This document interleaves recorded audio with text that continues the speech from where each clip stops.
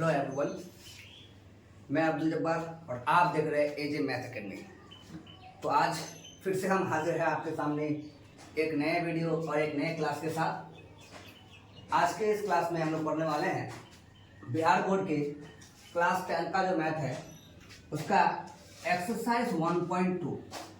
Exercise 1.2 1.1 हम लोग पिछले क्लास में कंप्लीट कर चुके हैं। जो भी 1.1 अभी तक कंप्लीट नहीं किए हैं आप लोग पिछले वीडियो में जाकर 1.1 पहले कंप्लीट कर ले। अब हम लोग यहाँ पे 1.2 पढ़ने वाले हैं। 1.2 इस क्वेश्चन से या फिर इस चैप्टर से आप ये जो एक्सरसाइज है इस एक्सरसाइज से आपको बिहार बोर्ड में या तो एमसीक्यू में बहुत सारे क्वेश्चन देखने को मिल सकता है या फिर आपको एक ना एक शॉर्ट क्वेश्चन जरूर देखने को मिलेगा। यानी आज के इस 10 से 15 मिनट के वीडियो के क्लास में आपका 2 नंबर कम से कम जो है वो कंफर्म होने वाला है। 2 नंबर आपका फिक्स होने वाला है कि यहाँ से आज के इस वीडियो में आपका 2 नंबर क्लियर हो जाएगा। तो चलिए देखते हैं हम लोग पहले क्लास में सबसे पहला है जो क्वेश्चन क्या है। क्वेश्चन है कि निम्नलिखित संख्याओं को अभाज्य गुणनखंडों के गुणनफल के रूप में व्यक्त कीजिए। निम्नलिखित संख्याओं को अभाज्य गुणनखंडों के गुणनफल के रूप में व्यक्त कीजिए। तो इन्हें गुणनफल के रूप में व्यक्त करना है। सबसे पहले अगर हम बात करें तो पहला क्वेश्चन उठा लेते हैं हम लोग। पहला है हमारा 140। अब इसे हमें अभाज्य गुणनखंड करना है यानी गुणनफल के रूप में इसे व्यक्त करना है। तो दोस्तों पहले ये समझो कि ये अभाज्य गुणनखंड यानी गुणनखंड पहले हम कैसे करते हैं। यानी गुणनखंड का मतलब ये होता है कि मान लीजिए आपके यहाँ 8 है तो 8 को आप ऐसे लिख सकते हैं 2 गुना 2 गुना 2, 2 दूनी 4, 4 दूनी 8। तो इसी को कहते हैं गुणनफल के रूप में लिखना। इस तरह से आपको सभी संख्या को गुणनफल के रूप में लिखना है। तो उसका तरीका क्या है? तो सबसे पहले हम क्या करेंगे, जो भी संख्या हमारे पास है हम पहले उसे छोटी से छोटी संख्या से भाग लगाएंगे। छोटी से छोटी संख्या से भाग लगाएंगे। सबसे पहले हम इसे 2 से भाग करते हैं। 2 से भाग करेंगे। यहाँ हमारे पास कितना है 140 या फिर हम कह सकते हैं 14। 2 सत्ते 14 और ये 0 यानी 70। यानी 2 से भाग लगाया तो ये 70 हुआ। फिर आगे हम बात कर सकते हैं, फिर इसे 2 से भाग लगाएंगे। 2 से भाग लगाएंगे तो 35 दूनी 70। फिर हम अब यहाँ आगे भाग लगा सकते हैं। तो यहाँ पर जब हम भाग करेंगे तो अब ये 2 से और भाग नहीं लगेगा। अब इसे या तो 3 से भाग लगाएंगे तो 3 से भाग लगाएंगे तो 3 से भी भाग नहीं लगेगा। फिर 4 से चलिए, 4 से भी भाग नहीं लगेगा। अब ये भाग लगेगा 5 से। तो अब इसे 5 से भाग करेंगे, 5 सत्ते 35। अब ये जो संख्या है ये एक अभाज्य संख्या है और ये सिर्फ अपने आप से भाग लग सकता है। यानी 7 को 7 से भाग लगाएंगे, 7 एकम 7। कितना हो गया? ये हमारे पास संख्या था 140। इसका अभाज्य गुणनखंड क्या आया? ये जो सारी संख्याएं हैं ये हो गया उसका गुणनखंड। यानी हम कह सकते हैं कि 2 आया है 2 बार, 5 1 बार गुना 7 1 बार। यानी 140 का अभाज्य गुणनखंड हो गया 2 का स्क्वायर गुना 5 गुना 7। अब अगर आप इनको गुना करके देखेंगे तो 140 ही आएगा। यानी 2 का स्क्वायर हो गया 4, 4 5 20, 20 सत्ते 140। तो ये है 140 का अभाज्य गुणनखंड जो कि गुणनफल के रूप में व्यक्त किया हुआ है। अब बढ़ते हैं अगले क्वेश्चन पे। Question number 2। क्वेश्चन नंबर 2 क्या है? क्वेश्चन नंबर 2 क्या है? तो क्वेश्चन नंबर 2 है 156।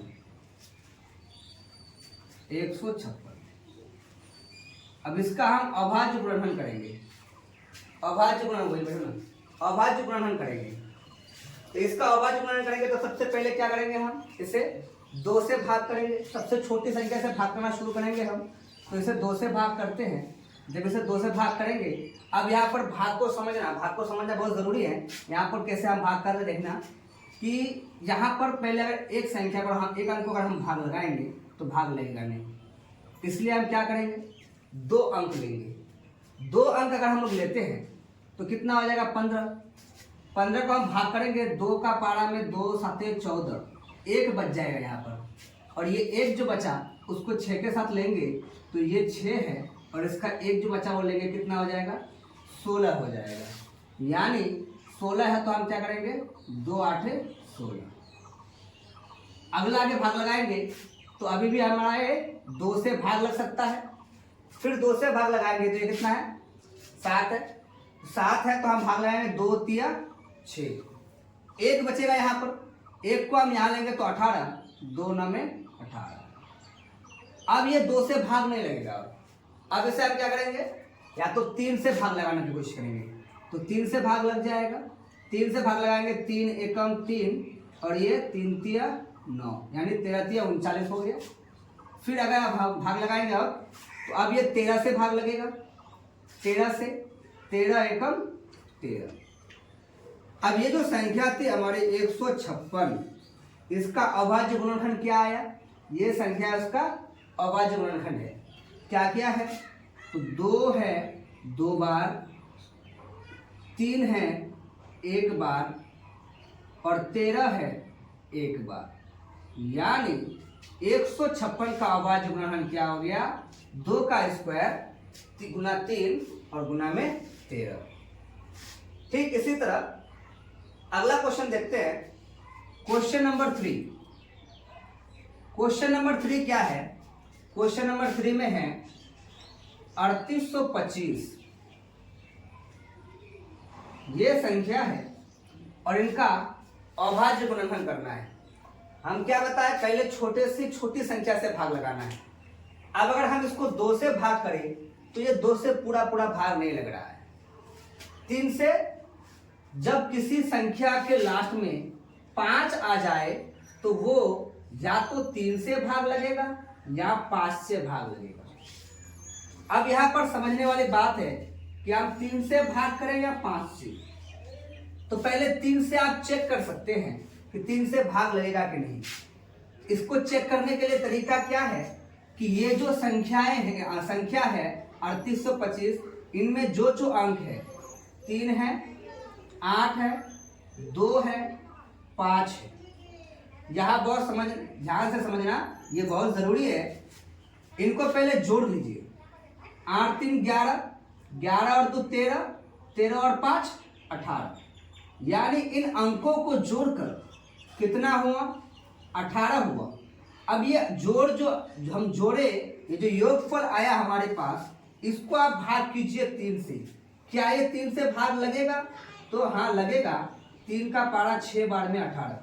अगर इसका योग 3 से भाग लग जाए तो इसका अर्थ ये है कि ये संख्या भी 3 से पूरा भाग लग सकता है। ये संख्या भी 3 से पूरा भाग लग जाएगा।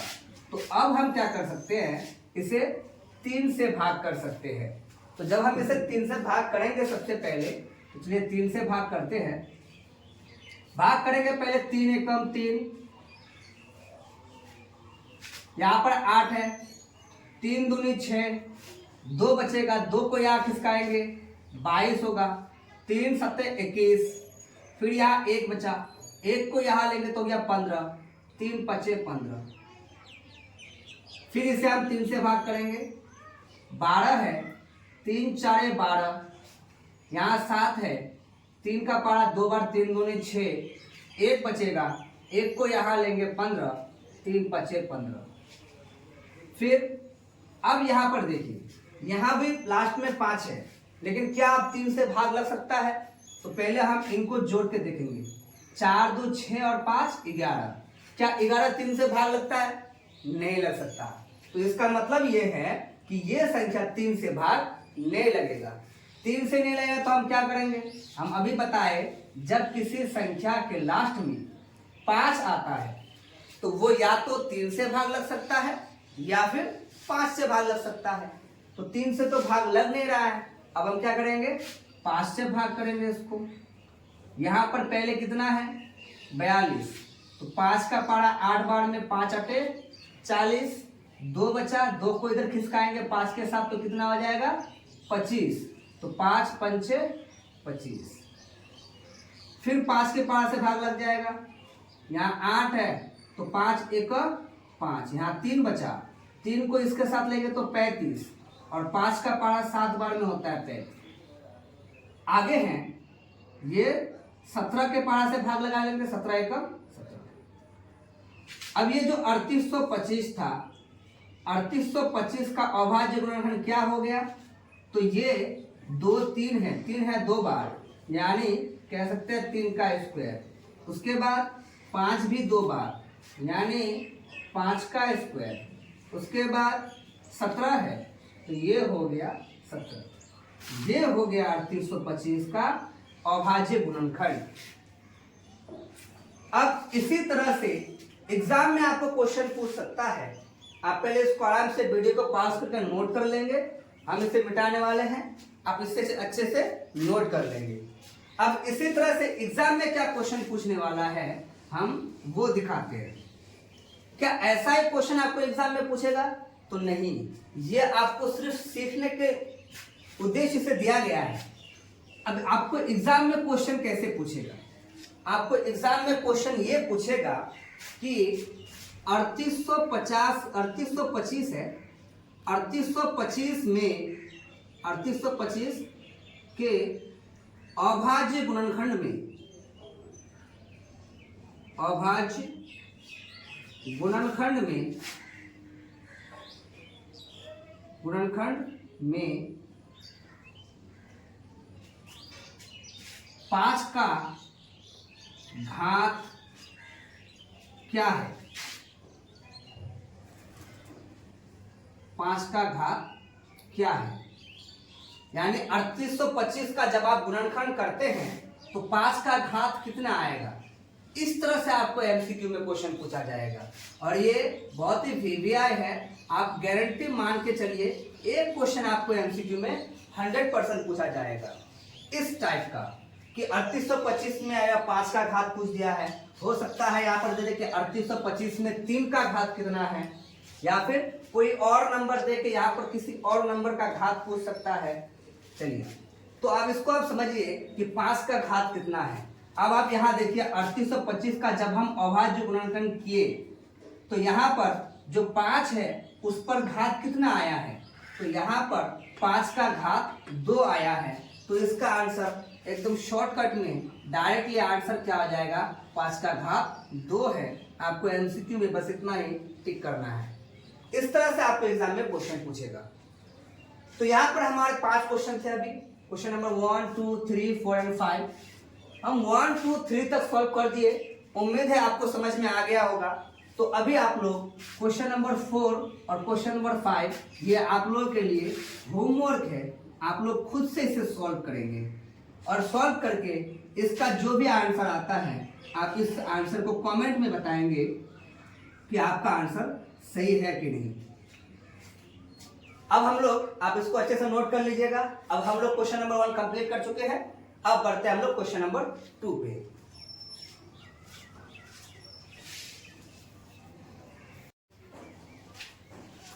चलिए बढ़ते हैं अगले क्वेश्चन पे। Question number 2। क्वेश्चन नंबर 2 में आपको क्या कहा गया है कि पूर्णांकों के निम्नलिखित युग्मों के एचसीएफ और एलसीएम ज्ञात कीजिए।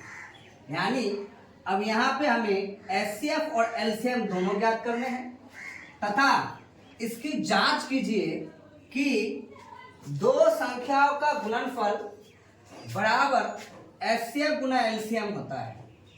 यानी हमें यह भी जांच करना है कि ये जो दो संख्याएं हैं इनका पहले एचसीएफ और एलसीएम ज्ञात करना है।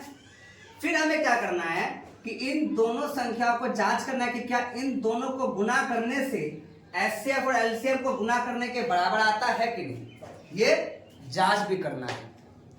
तो चलिए देखते हैं इसे आप कैसे सॉल्व करेंगे। इसे सॉल्व करने से पहले एक बहुत ही इंपॉर्टेंट बात, बहुत ही इंपॉर्टेंट फॉर्मूला याद रख लेना।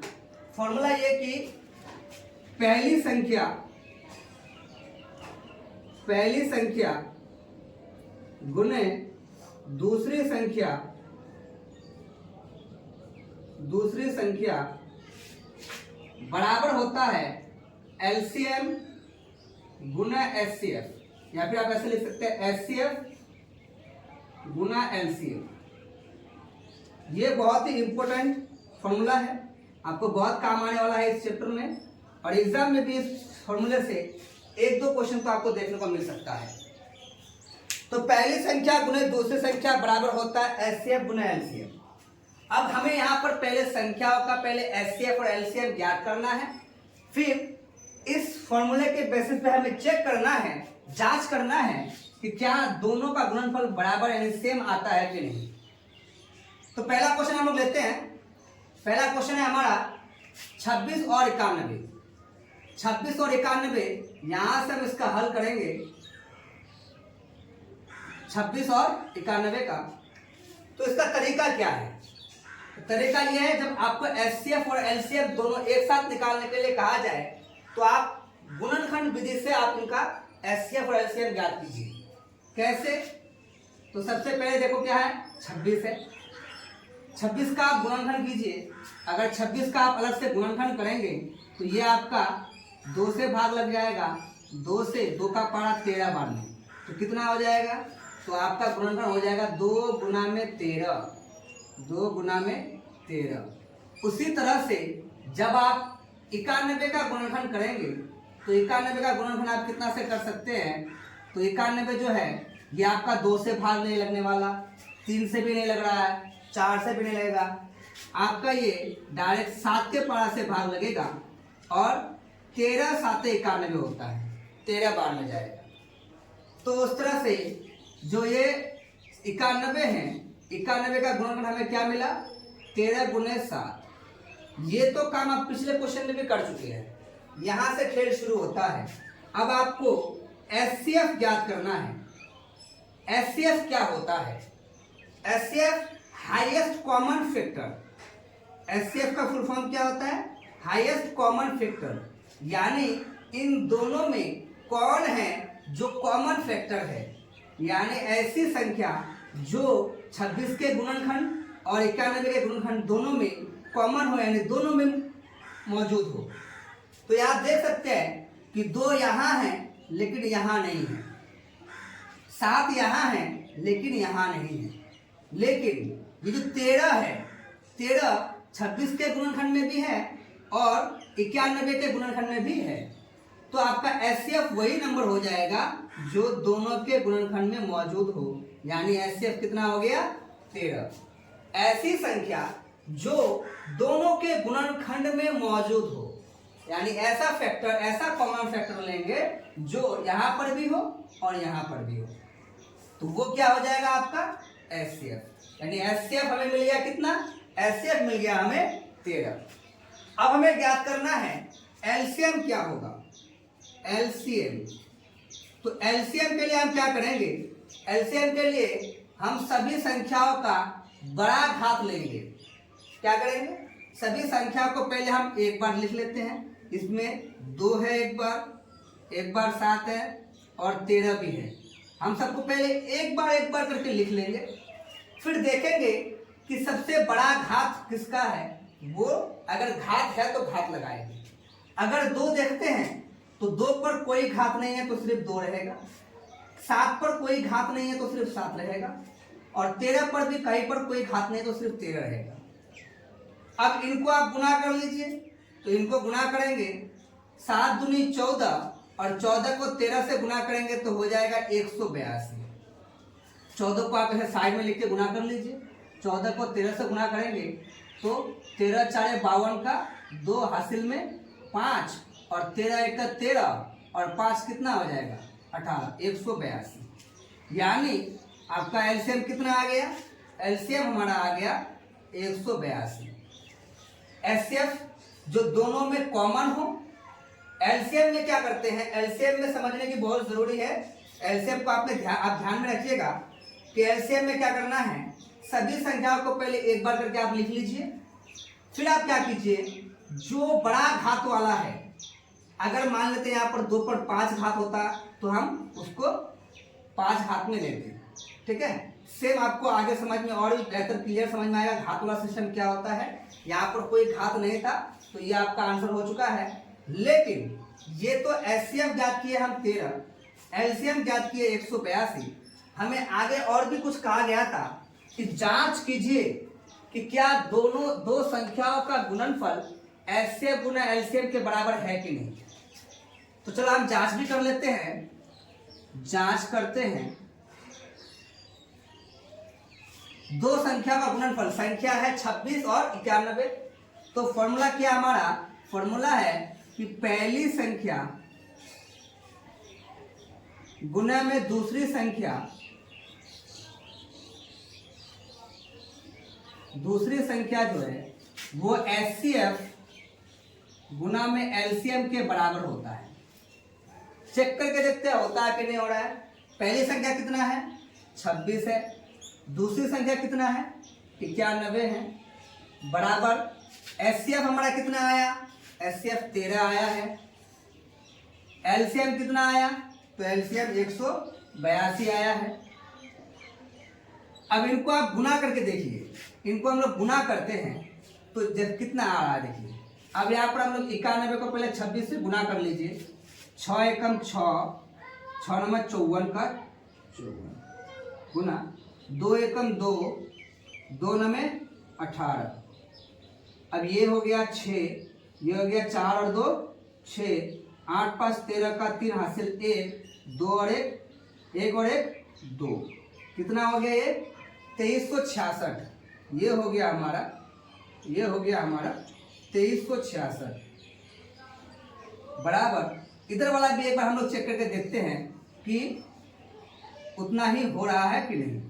गुना कीजिए, 13 का पारा, 13 दूनी 26, 26 का 6 हासिल में 2, 13 8 104, 13 8 104 और 2 106, 106 का हम 6 लिखेंगे, 10 हमारा हासिल रह गया। 13 एकम 13 और 10 कितना हो गया 23। तो देख सकते हैं आप कि LHS यानी लेफ्ट हैंड साइड जो है वो RHS यानी राइट हैंड साइड के बराबर है। तो जांच में हम देखते हैं कि ये सही पाया गया है। ठीक है, इस तरह से आप जांच भी कर लेंगे। अगर यहाँ पर दोनों बराबर से यानी सेम आ जाए, इक्वल आ जाए, तो ये भी समझ लेना यहाँ इक्वल आएगा तो मैथ सही है। अगर आपका यहाँ इक्वल नहीं आ रहा है तो आप कहीं ना कहीं एचसीएफ या एलसीएम में गलत कर चुके होंगे शायद। ठीक है, तो आप इसको पहले नोट कर लीजिएगा अच्छे से। आपको एग्जाम में असल में आपको ये जांच जो है ये जांच नहीं पूछा जाता है। आपको सिर्फ इतना पूछा जाएगा कि आप एचसीएफ और एलसीएम ज्ञात कीजिए। गुणनखंड विधि से यहाँ एचसीएफ और एलसीएम ज्ञात कीजिए। जांच आपको पूछा नहीं आता है, लेकिन हो सकता है पूछ दे, इसलिए आप इसको भी दिमाग में रखिएगा। अब बढ़ते हैं अगले क्वेश्चन नंबर 2 पे। इसे वीडियो को पास करके आप अच्छे से नोट कर लीजिएगा। हम सॉल्व करेंगे अब क्वेश्चन नंबर 2। क्वेश्चन नंबर 2 अगर हम लोग देखें तो क्वेश्चन नंबर 2 में कितना है, एक तरफ दिया हुआ है 510 और एक तरफ है 92 यानी 92। चलिए चेक देखते हैं, इसका हल करेंगे क्वेश्चन नंबर 2 का। पहली संख्या कितना है 510 है, और क्या है, और दूसरी संख्या कितना है हमारा 92। तो पहले हम इनका गुणनखंड करेंगे, यानी 510 का गुणनखंड कितना आ रहा है। आप इसको पहले साइड में कहीं पर रफ में गुणनखंड कर लेते हैं हम लोग। 510 का गुणनखंड करेंगे, 510 का जो गुणनखंड करेंगे कितना से भाग लगेगा। तो सबसे पहले हम कहते हैं कि गुणनखंड करने के लिए, सॉरी यहाँ पर 92 था, हम क्या करेंगे कि इसे छोटी से छोटी संख्या पे हम लोग भाग लगाएंगे। तो सबसे पहले हम इसे 2 से भाग लगाते हैं। कितनी बार जाएगा, देखिए यहाँ पर 5 है तो 2 का पारा 2 बार में, 2 दूनी 4, 1 बचा, 1 को यहाँ लेंगे 11 हो जाएगा। 2 का पारा 5 बार में 10 होता है, फिर 1 बचा, 1 को यहाँ देंगे 10 हो जाएगा, 2 5 6 10। अब क्या ये 2 से भाग लगेगा? 2 से भाग लगने का तरीका एक और है, यहाँ पर आसानी से आप कह सकते हैं कि 2 से भाग लगेगा कि नहीं। लास्ट वाली संख्या आपको देखना है, लास्ट में अगर 0, 2, 4, 6 या 8 अगर ये सारी संख्या आ जाए तो इसका अर्थ ये है कि वो 2 से भाग लगेगा। जैसे यहाँ पर 0 था तो 0 था, 2 से भाग लगेगा पूरा पूरा। अब इनमें से कोई संख्या यहाँ पर है नहीं है, इसका मतलब ये 2 से भाग नहीं लगेगा। जिस संख्या के अंत में 5 रहता है, जिस संख्या के अंत में 5 रहता है वो या तो 3 से भाग लगता है या 5 से लगता है। 3 से भाग लगेगा कि नहीं वो कैसे चेक करेंगे हम लोग? तो देखिए 5 और 5 10, 10 और 2 12, 12 3 से भाग लगता है तो लगता है, तो इसका मतलब ये संख्या भी 3 से भाग लग जाएगा।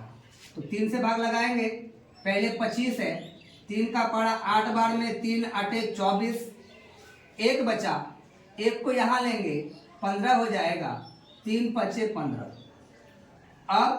अब कितना से भाग लगाएंगे? तो अब 3 से भी भाग नहीं लगेगा, अब भाग लगेगा 5 से। 5 से का पारा 17 5 85 होता है, यानी ये हो गया आपका गुणनखंड। कितना आ गया हमारा गुणनखंड? 510 का 2 आया है, 3 5 और 17, ये है इसका गुणनखंड। अब हम लोग 92 है, इसका भी गुणनखंड करके देख लेते हैं, रफ में साइड में कहीं भी आप कर लेंगे। 92 का गुणनखंड पहले 2 से भाग लगाएंगे, 2 4 8, एक बचा, एक को याद दिए 12, 2 6 12, फिर 2 से लगाएंगे, 2 का पड़ा 2 दूनी 4, 2 3 6, और भाग नहीं लगाया जा सकता। 23 जो है ये एक अभाज्य संख्या है और भाग नहीं लगाया जा सकता, यानी 92 का जो अभाज्य गुणनखंड आया वो कितना है? 2 का पावर 2 बार आया है, 2 लेंगे, गुना में 23 है। अब पावर वाला जो बात आ गया, यहाँ पर समझना, अच्छे से ध्यान से देखना कि एचसीएफ क्या होगा। एचसीएफ यही वही होगा, हाईएस्ट कॉमन फैक्टर। आपको कॉमन देखना है, तो कॉमन अगर आप देखते हैं तो 2 यहाँ भी है, यहाँ भी है, 2 कॉमन आ रहा है, 3 यहाँ है लेकिन यहाँ नहीं, 5 यहाँ है, यहाँ नहीं, 17 यहाँ है लेकिन यहाँ नहीं, 23 यहाँ पे लेकिन यहाँ नहीं, लेकिन कोई कॉमन है, सिर्फ 2 कॉमन है। अब 2 जो कॉमन है तो कैसे कॉमन है? यहाँ पर 1 ठो है, यहाँ पर 2 ठो है, कॉमन कितना हुआ? क्या 2 ठो या 1 ठो? 1 ठो कॉमन हुआ। कैसे? 2 ठो अगर यहाँ लेते तो यहाँ तो 2 ठो नहीं है, यहाँ तो 1 ही तो है, तो मिल कितना रहा है? 1 1 मिल रहा है। यानी याद ये रखना है आपको, अगर पावर आ जाए यानी घात आ जाए तो एचसीएफ में छोटा घात लेते हैं, कॉमन फैक्टर का छोटा घात। एचसीएफ में हम क्या करते हैं? कॉमन फैक्टर का छोटा घात लेते हैं, और एलसीएम में कॉमन फैक्टर का बड़ा घात लेते हैं। बस इतना याद रखेगा कि एचसीएफ में छोटा घात लेंगे तो कॉमन फैक्टर ये है, इसमें से इस पे घात है 2 और इस पे घात कुछ नहीं है तो 1, तो किसको लेंगे आप? बड़ा लेंगे ना छोटा? एचसीएफ में हम छोटा घात लेंगे तो ये आएगा, यानी इस पर घात 1 है, तो इतना ही हो गया आपका एचसीएफ 2। अब अगर एलसीएम की बात करें, एलसीएम की बात करें तो एलसीएम में हम क्या करेंगे? सारे संख्या को पहले आप एक बार करके लिख लीजिए। आपके पास 2 है, 3 है, 5 है, 17 है और 23 है, इन सारे संख्या को आप एक बार लिख लीजिए। अब 2 जो कॉमन है तो एलसीएम में बड़ा घात लेना है, तो यहां से लेंगे कि यहां से? यहां बड़ा घात है तो यहां से लेंगे, यानी 2 का घात हो गया 2। अब इनको अगर हम गुना करें पूरा तो कितना होगा? गुना करेंगे, 2 का स्क्वायर होता है 4, 4 3 12, 12 5 60। अब आगे हम लोग क्या करेंगे? 60 को लिख के 17 से गुना करेंगे, गुना कर लीजिए, 17 गुना करेंगे, यहाँ से 7 का पारा 0 पड़ेगा तो 0, 7 छक्के 42, और ये 60 0 से 0, और ये 6 एकम 6, ये हो गया 0, ये 2 और ये 4 6 10। अब इसे फिर हम 23 से गुना करेंगे, 1020 हुआ है, 1020 हुआ है, इसे अब हम 23 से गुना करेंगे। 23 से गुना करेंगे, 3 का पारा 0 बार 0, 3 दूनी 6, 3 0 0, 3 एकम 3। फिर गुना करेंगे 2 से 2 0 0, 2 दूनी 4, 2 0 0, 2 एकम 2। जोड़ लीजिए 0 6 4 3 2, कितना हो गया 23,460। यानी ये कितना हो जाएगा आपका 23,460। ये हो गया आपका एलसीएम। एलसीएम आ गया। अब आप क्वेश्चन में क्या कहा गया है, जांच भी करना है, तो आपको जांच करने का तरीका हम सिखा दिए। जांच करने के लिए आप क्या करेंगे, फॉर्मूला का यूज करेंगे। फॉर्मूला क्या है, पहली संख्या गुने दूसरी संख्या। अब आप यहाँ पर जांच भी करेंगे, जांच आप खुद से करेंगे, वो आपको उम्मीद है आप सीख गए होंगे जांच कैसे करना है। अगर नहीं है तो आप पहले क्वेश्चन को फिर से रिपीट देख लीजिए, वहां पर आप कैसे जांच किए। आपको कुछ नहीं करना है, यहाँ पर आपको पहली संख्या रखना है। पहली संख्या कितना है 510, दूसरी संख्या कितना है 92 बराबर एचसीएफ कितना आया, तो एचसीएफ आया है हमारा 2। एलसीएम कितना है, एलसीएम है 23,460। अब आप इनको गुना कीजिए, गुना करेंगे तो दोनों बराबर बराबर आना चाहिए। दोनों अगर बराबर आया तो जांच सही है, दोनों अगर बराबर नहीं है तो इसका मतलब कहीं हम लोग गलती किए होंगे। अब जांच करके देखिएगा क्या ये सही है कि नहीं, सही है या गलत। आप जांच करके देखिएगा, जांच करके आप कमेंट में बताइएगा कि सही है या गलत। इसी तरह से क्वेश्चन नंबर 1 हम कर दिए, क्वेश्चन नंबर 2 हम कर दिए। आपको प्रैक्टिस करने के लिए हम क्वेश्चन नंबर 3 छोड़ रहे हैं। फिर से यहाँ पर होमवर्क, हम हर एक क्वेश्चन पे आपको एक क्वेश्चन होमवर्क देंगे ताकि आप इसका प्रैक्टिस करके आप अच्छी तरह से खुद से भी सीखें। याद रखिएगा कि कोई टीचर आपको कितना भी पढ़ा ले, जब तक आप खुद से सेल्फ स्टडी नहीं करेंगे और खुद का दिमाग यूज नहीं करेंगे तब तक आप मैथ नहीं सीख सकते। तो हम आपको 1 नंबर दिखाए, बना के सॉल्व करके दिखाए, 2 नंबर आपको सॉल्व करके दिखाएं। उम्मीद है आप लोग इतना से तो सीख ही गए होंगे कि कैसे करना है। तीसरा वाला आप खुद से करेंगे। अब इसमें एक बात आप याद रखेंगे कि एचसीएफ में आप छोटी घात वाली संख्या लेंगे, छोटी घात वाली संख्या जो कॉमन हो, ठीक है। और एलसीएम में जो है, एलसीएम में आप बड़ी घात वाली संख्या लेंगे, बड़ी घात वाली संख्या लेंगे। क्या लेंगे, बड़ी घात वाली संख्या। ये दोनों बात आप याद रखेंगे। और ये 336 और 54 का एचसीएफ कितना आया और एलसीएम कितना आया, ये दोनों भी आप कमेंट में आंसर बताएंगे।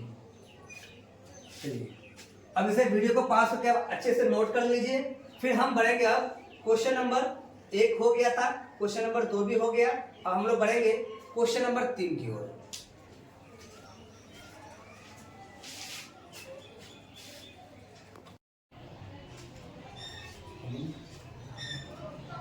चलिए देखते हैं अब क्वेश्चन नंबर 3।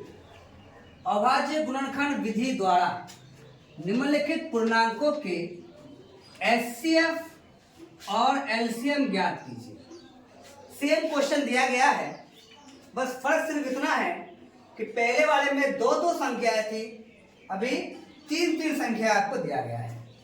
पहले हम 2 संख्याओं का एचसीएफ और एलसीएम ज्ञात कर रहे थे, अभी 3-3 संख्याओं का एचसीएफ और एलसीएम ज्ञात करना है। तो चलिए देखते हैं पहले क्वेश्चन नंबर 1। क्वेश्चन नंबर 1 को हम लोग हल करेंगे। क्वेश्चन नंबर 1 हल करेंगे। संख्याएं क्या क्या है हमारे पास, 12 है, 15 है और 12, 15 और 21 है। इनको जब हल करेंगे तो पहले हम लोग 12 का गुणनखंड देख लेते हैं। 12 का गुणनखंड क्या होगा, तो 12 का गुणनखंड आप साइड में रफ में इस तरह से कर सकते हैं कि 12 का गुणनखंड करेंगे, 2 से भाग लगेगा 6 बार, फिर 2 से भाग लगेगा 3 बार, बस हो गया। यानी 12 का गुणनखंड आया आपका 2 पर पावर 2 और गुना में 3, ऐसे लिख सकते हैं आप। उसके बाद उसी तरह से आप 15 का भी गुणनखंड कर लीजिएगा, साइड में आप रफ में कर लीजिएगा। 15 का गुणन आएगा 3 गुना में 5, 3 पचे 15। उसी तरह से 21 का भी आप गुणनखंड कर लीजिएगा, जो कि आएगा 3 गुना में 7। ये आपको सभी संख्या का गुणनखंड मिल गया। अब आपको पता करना है कि एचसीएफ कितना है।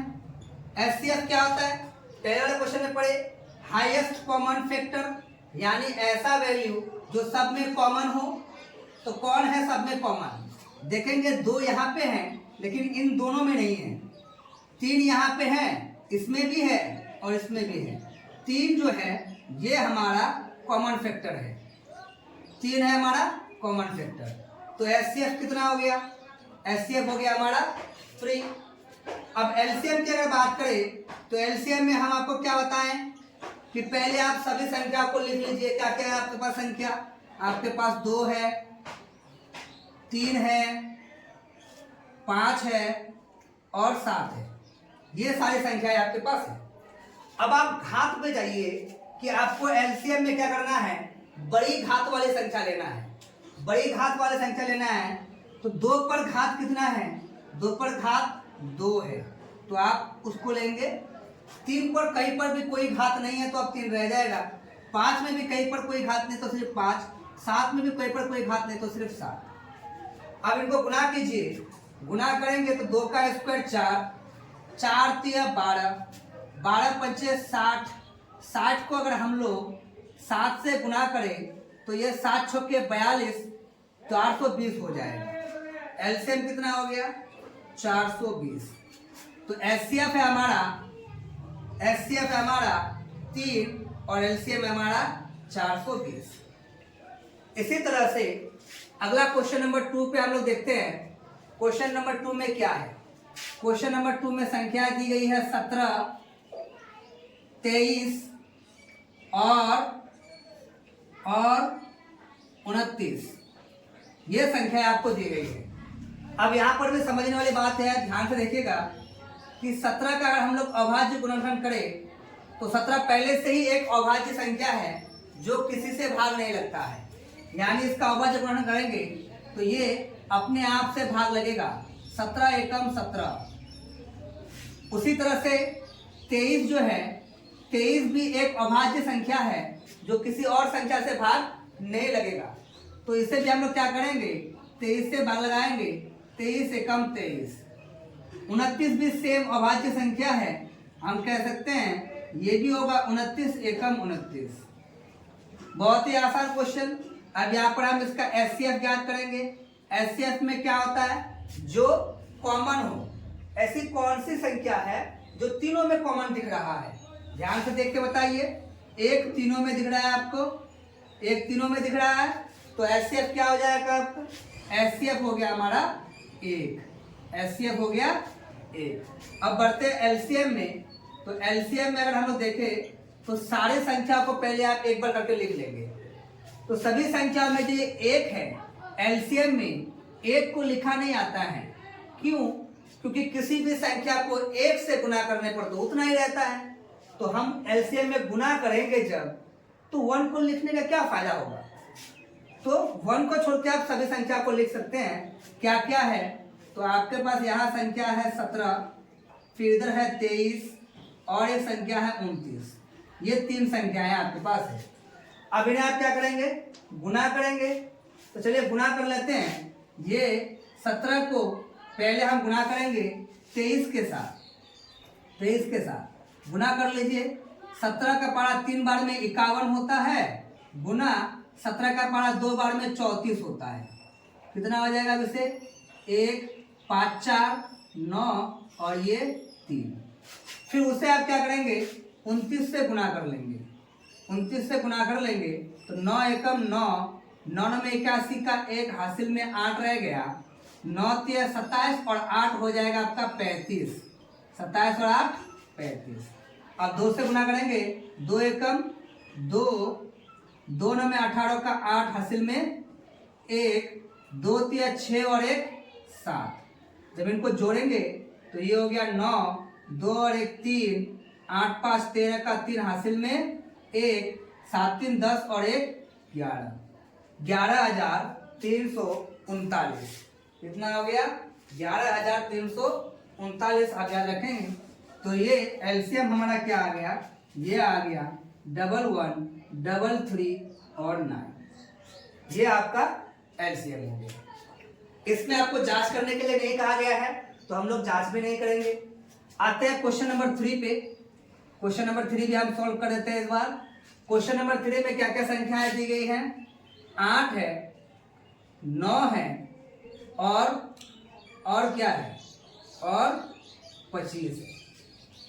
जब इन संख्याओं का आप अभाज्य गुणनखंड करेंगे तो 8 को जब आप अभाज्य गुणनखंड करेंगे तो 8 का आ जाएगा 2 पर पावर 3, यानी 2 गुना 2 गुना 2, 2 दूनी 4, 4 दूनी 8। तो 8 को हम कह सकते हैं 2 पर पावर 3। 9 का जो आप गुणनखंड कीजिएगा तो वो होगा 3 का स्क्वायर। 3 का स्क्वायर होता है 9, 3 गुना 3। अगर आप 25 का अभाज्य गुणनखंड करेंगे तो 25 का आप साइड में गुणा करके देख लीजिएगा सबका। अगर आपको कंफ्यूजन हो रहा है तो आप गुणा करके देखिएगा। 5 जाएगा 5 बार में, यानी 5 आया 2 बार, यानी 5 का स्क्वायर। अब यहाँ पर आपको कोई भी कॉमन फैक्टर दिख रहा है? आप जो एचसीएफ लेंगे तो एचसीएफ में क्या होता है? कॉमन फैक्टर लेना होता है। तो कॉमन फैक्टर देखिए, जब आप इसे 8 का अगर आप अभाज्य गुणन करेंगे तो ये 2 से जाएगा 4, फिर 2 से भाग लगेगा 2, फिर आप 2 से भाग लगाएंगे तो 1, यानी सब में 1 आएगा। यानी आप ऐसे कर सकते हैं, इसे सब में 1 से गुणा कर सकते हैं। जैसे 9 का भी आप अगर अभाज्य गुणन करेंगे तो 9 का अभाज्य गुणन क्या आ जाएगा? 3 से गुणा करेंगे, 3 तिया 9, फिर 3 से गुणा करेंगे, 3 एकम 3, 3 आया 2 बार, 1 आया 1 बार, 3 2 बार, 1 1 बार, सब में 1 आ जाएगा, है ना। तो जाहिर सी बात है, जिसमें आपको कोई कॉमन फैक्टर ना मिले, जिसमें आपको कोई कॉमन फैक्टर ना मिले, उसका कॉमन फैक्टर क्या हो जाएगा? 1 हो जाएगा। ठीक है, एचसीएफ कितना हो गया? 1। एलसीएम में क्या करेंगे? तो एलसीएम में हम क्या करते हैं? सभी संख्याओं को पहले एक बार करके लिख लेते हैं। सभी संख्या क्या है हमारे पास? 2 है, 3 है और 5 है। अब हमें करना क्या है? इन संख्याओं पर जहां पर बड़ी घात है वो लेना है, जो बड़ा घात है। बड़ा घात क्या है? 2 पर घात कितना है? 3 है। 3 पर घात कितना है? 2 है। और 5 पर घात कितना है? 2 है। अब जब आप इसको गुना कीजिएगा, 2 को आप 3 बार गुना कीजिएगा तो 8 होगा। 3 को आप 2 बार गुना कीजिएगा तो 3 को अगर आप 2 बार लिख के इसे गुना करेंगे तो 9 होगा। 5 को आप जब 2 बार लिख के गुना करेंगे तो 25 होगा। अब आप इनको गुना कर सकते हैं। इनको गुना करेंगे तो कितना हो जाएगा? 8 9 में 72, 72 को 25 से गुना कर लेंगे, 72 को 25 से गुना कर लेंगे, यहाँ हो जाएगा 25 का पारा 2 बार में 50, और फिर 25 का पारा 7 बार में। ऐसे आप लिख सकते हैं कि 5 दूनी 10 का 0 हासिल 1, और 5 से 35 और 1 36, 2 दूनी 4, 2 सते 14, ये हो गया 0, 6 4 10 का 0 हासिल में 1 रहा, 4 3 7 और 1 8, और ये इधर 1, यानी एलसीएम आपका कितना आ गया? 1800 आपका एलसीएम आ गया। एचसीएफ हो गया आपका 1, एलसीएम हो गया आपका 1800, यानी 1800। इन तीनों संख्याओं में क्वेश्चन में से हो सकता है कि आपको यहाँ पर कोई भी क्वेश्चन एग्जाम में पूछ सकता है 2 नंबर के लिए। 2 मार्क्स आपका आज कंप्लीट हो रहा है, और 1-2 क्वेश्चन हम लोग पढ़ेंगे जहाँ पर एग्जाम में आपका 2 मार्क्स एकदम फिक्स हो जाएगा, जहाँ से आप 2 मार्क्स कंफर्म कर सकते हैं। 1-2 क्वेश्चन और पढ़ेंगे हम लोग, इन्हीं क्वेश्चन से आपका एग्जाम में 2 मार्क्स का क्वेश्चन पूछा जाएगा। अब आप इसको वीडियो को पास करके अच्छे से सबको नोट कर लेंगे, अच्छे से आप साफ साफ क्लियर करके सबको नोट कर लेंगे। फिर मिलेंगे हम लोग अब अगले क्वेश्चन पे। क्वेश्चन नंबर 3 हो गया, इसके बाद हम लोग क्वेश्चन नंबर 4, पहले आप इसको आराम से नोट करेंगे।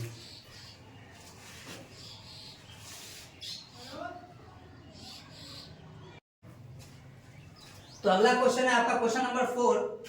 क्वेश्चन नंबर 4 में दिया गया है कि एचसीएफ 306 और 657 बराबर 9 है। इसका अर्थ क्या हुआ? इसका अर्थ ये है कि आपके पास दो संख्याएं थी 306 और 657, और इन दोनों संख्याओं का जब एचसीएफ ज्ञात किया गया तो वो 9 आया है। एचसीएफ दिया गया है कि 9 आया है। अब हमें क्या करना है? हमें एलसीएम ज्ञात करने के लिए कहा गया है। इन्हीं दो संख्याओं का एलसीएम ज्ञात करने के लिए कहा गया है। बहुत ही इजी है। पहले हम लोग देखते हैं इस क्वेश्चन को, जब हम लोग हल करेंगे तो पहले हम देखते हैं कि हमें क्या दिया है और क्या ज्ञात करना है। तो सबसे पहले हम लोग देखते हैं कि दिया है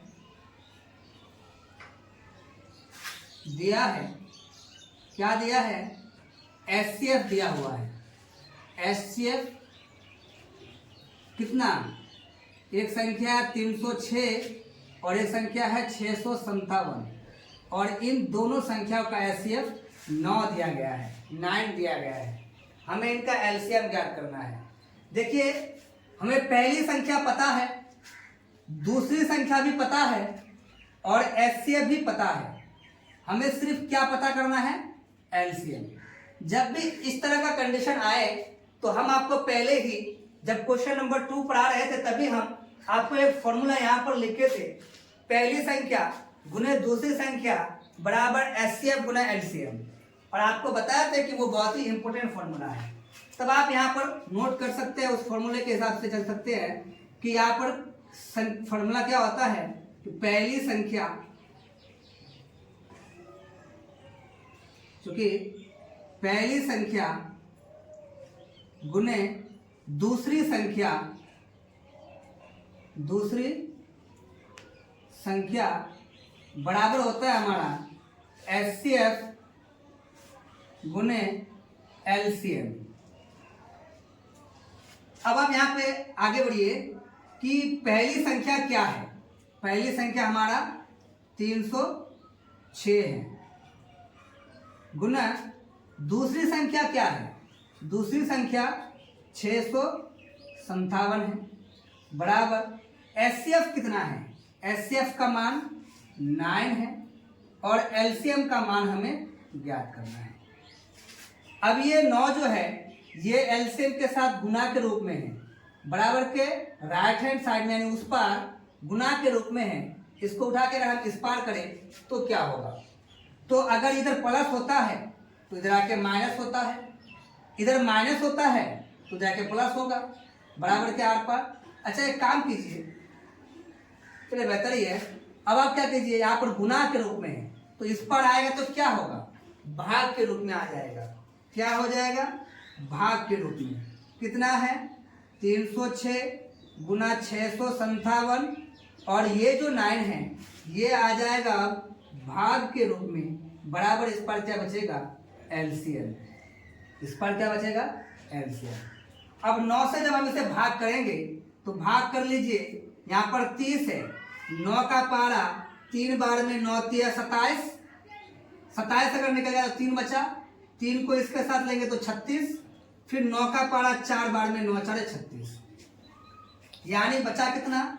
संख्या हो गया, अब हमारा संख्या हो गया 34 गुना में 657 बचा, और बराबर इधर एलसीएम। यानी अगर हम एलसीएम निकाले तो कितना आ जाएगा? इन दोनों को गुना कर ले। एलसीएम बराबर क्या है? इन दोनों संख्याओं का गुना। आप गुना कर लीजिए साइड में, कितना हो जाएगा? 657 को जब 34 के साथ गुना करेंगे तो ये आपका 22 33 8 इतना आएगा। गुना करके देख लेते हैं। 7 4 28 का 8, हासिल में 2, 4 5 20 और 2, 22 का 2 हासिल में 2, 4 6 24 और 2 कितना हो गया? 26।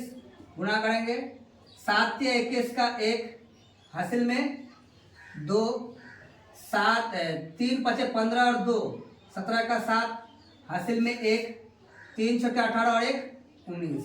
ये हो गया हमारा 8, 2 और 1 3, 7 6 13 का 3 हासिल में 1, 9 और 2 11 और 1 12 का 2 हासिल में फिर 1 1 और 1 2, कितना आ गया? 2 2 3 3 8। यानी आपका एलसीएम कितना हो गया? एलसीएम आप कह सकते हैं कि एलसीएम बराबर जो हमारा आंसर आया वो कितना है 2 2 3 3 8। ये हो गया आपका एलसीएम।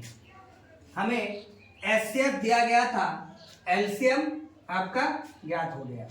ठीक इसी तरह के क्वेश्चन आपको एग्जाम में देखने को मिल सकता है। इसी तरह का हम आपको होमवर्क के लिए एक क्वेश्चन देते हैं। होमवर्क में हम आपको एक क्वेश्चन देते हैं, आप बना के बताइएगा हमें कि क्वेश्चन है एचसीएफ 96 और 404 बराबर 4 दिया है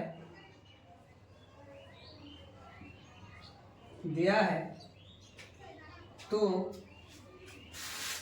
एलसीएम 96 404 ज्ञात कीजिए।